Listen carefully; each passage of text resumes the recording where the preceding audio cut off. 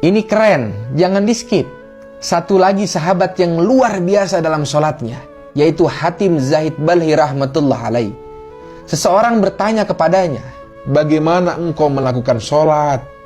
Ia menjawab, pertama-tama aku menyempurnakan wudhu dengan penuh ketenangan. Lalu setelah sampai di tempat sholat, aku akan berdiri dengan tenang, seolah-olah Ka'bah berada di depanku, Sirat berada di kakiku, surga di sebelah kananku, dan neraka di sebelah kiriku.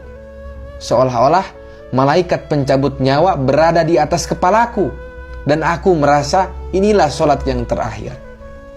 Mungkin tidak ada lagi sholat bagiku, hanya Allah yang mengetahui keadaan hatiku.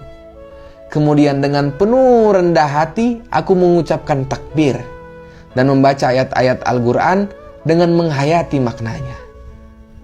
Penuh tawadu, aku ruku, dan penuh perasaan hina, aku sujud. Kemudian dengan penuh ketenangan, aku selesaikan sholatku. Selanjutnya dengan penuh harap, aku memohon, semoga Allah subhanahu wa ta'ala dengan rahmatnya menerima sholatku. Dan juga ada rasa takut serta khawatir. Jangan-jangan Allah subhanahu wa ta'ala menolak semua amalanku. Lalu seseorang itu bertanya lagi, berapa lama engkau sholat seperti itu? Lalu ia menjawab, sudah 30 tahun.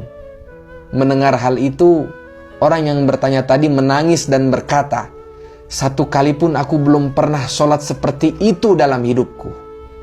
Allahu Akbar.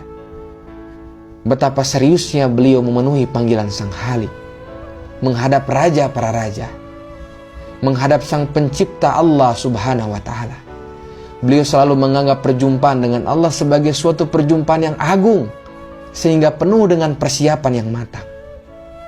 Semoga kita semua bisa merasakan kenikmatan dan kelezatan sholat, dan mulai menganggap sholat sebagai hal yang paling penting di dalam hidup kita.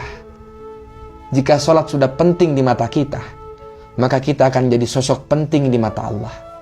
Penting untuk dibantu langsung oleh Allah, diselesaikan segala urusannya, segala masalahnya yang ada dalam hidup kita. Amin, amin ya rabbal alamin.